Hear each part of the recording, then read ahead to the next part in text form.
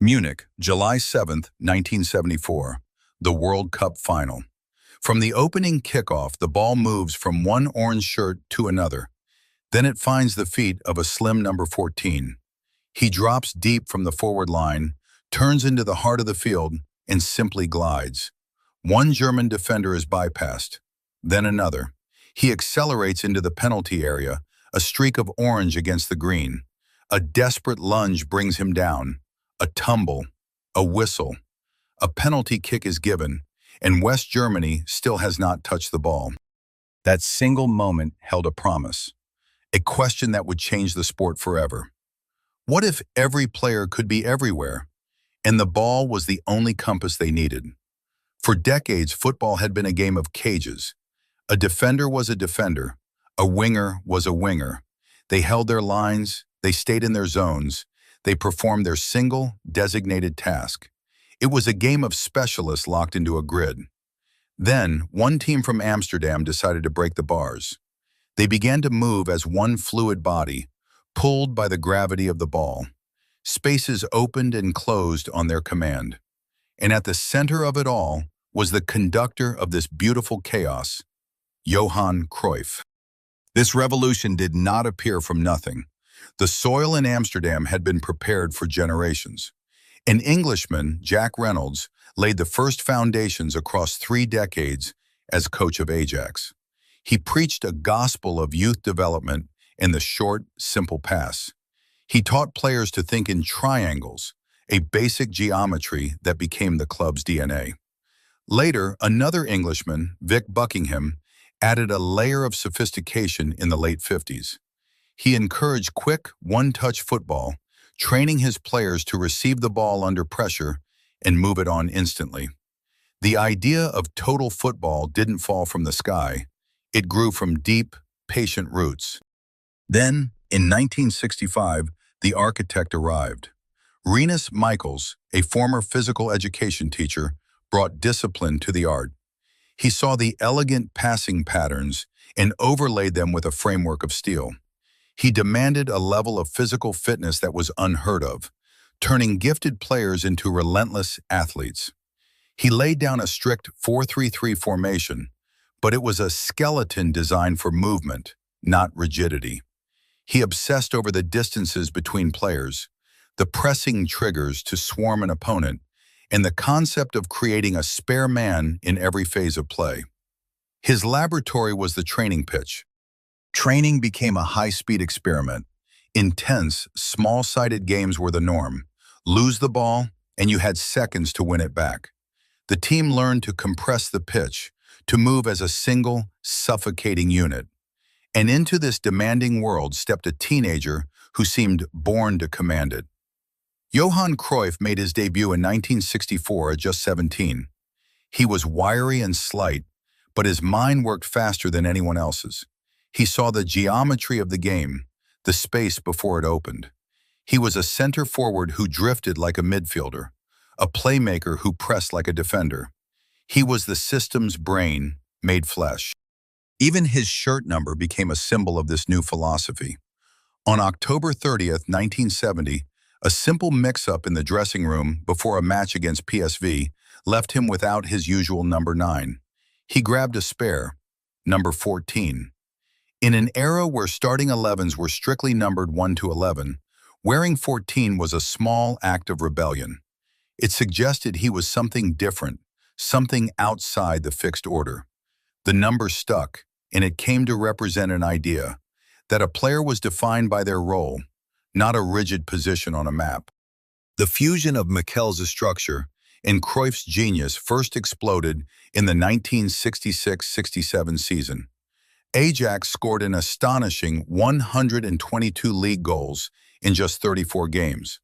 It was a storm of attacking football, but it wasn't random.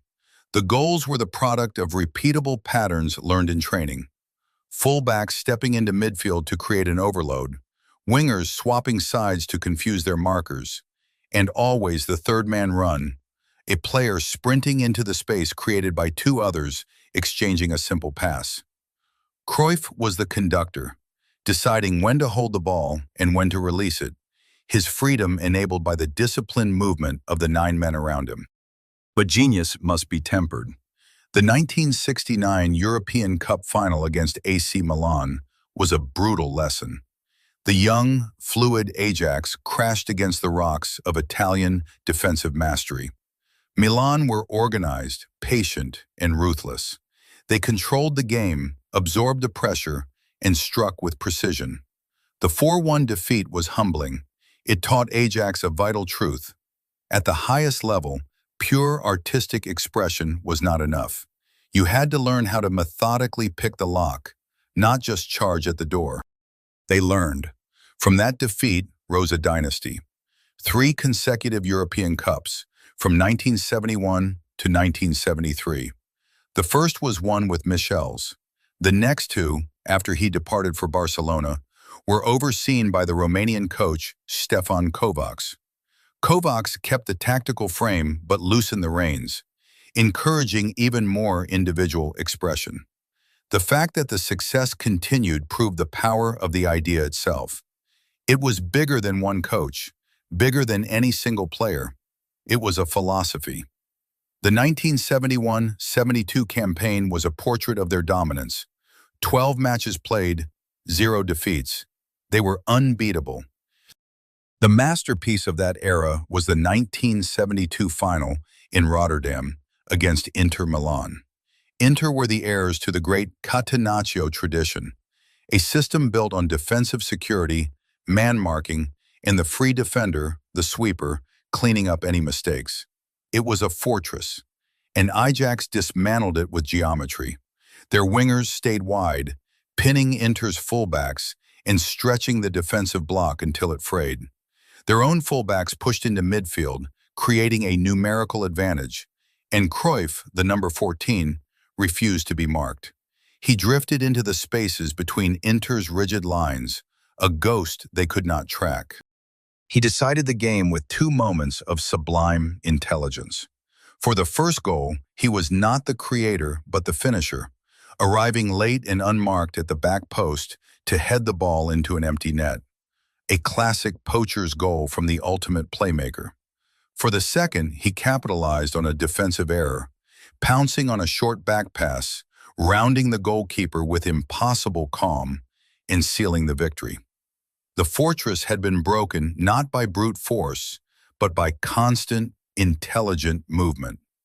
It was the symbolic triumph of a new way of thinking. In 1974, the philosophy took over a nation. The Netherlands national team, coached by Michels and captained by Cruyff, arrived at the World Cup in West Germany and showed the world a new kind of football. It was the Ajax system painted in brilliant orange. Their offside trap, with the defensive line pushing up in perfect synchronicity, was a high-wire act of tactical discipline. They scored 15 goals across the tournament, but just as impressively, they conceded only 1 goal in their first 6 matches. Total football was not just total attack, it was total collective responsibility. Even moments of individual magic served the collective. Against Sweden, Cruyff produced the turn that would forever bear his name. With his back to goal, tightly marked by defender Jan Olsen, he feinted a pass. But instead of kicking the ball, he dragged it behind his own standing leg, spinning a full 180 degrees and accelerating away, leaving Olsen stranded.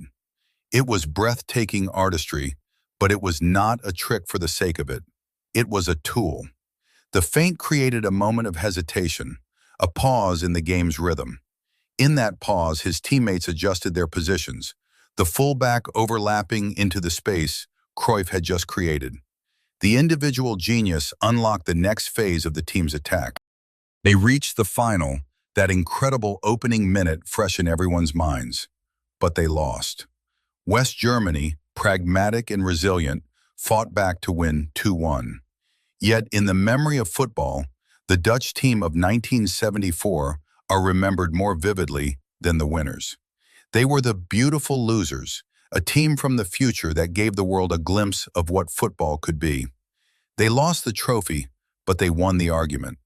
They proved that a team could dominate with proactive, intelligent, and beautiful football.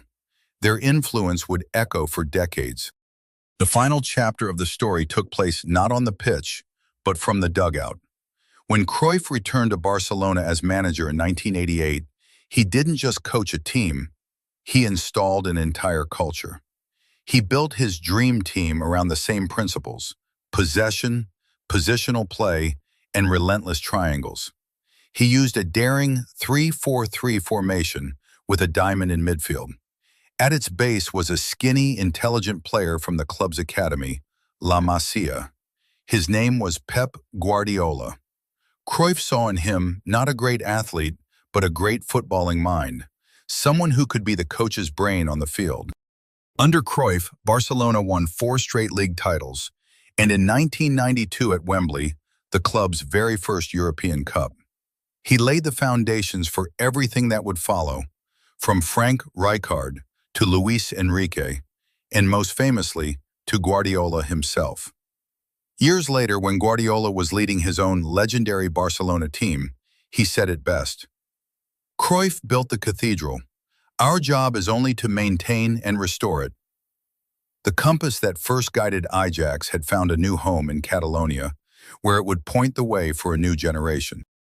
And so the lines connect from then to now, from Michaels' training ground to the modern press, from the number 14 shirt to the idea of the false 9, from the 1974 World Cup to the positional play that dominates the thinking of the world's best coaches today. Cruyff's 3 Ballon d'Or awards mark the greatness of the player, but the enduring philosophy, the idea that the ball is a compass and the team moves as one, marks his impact on the entire sport. He showed us that the most disciplined, structured football could also be the most liberating and the most beautiful. And that is why we still tell his story. It was a story of artistry made deadlier by discipline, of individual freedom unlocked by collective rules. It was the moment football learned a new language. If this story warmed your heart and reminded you why you fell in love with the game, then subscribe to Ink Pitch. We have more stories like this waiting by the fire. Football's greatest legends, hand-drawn.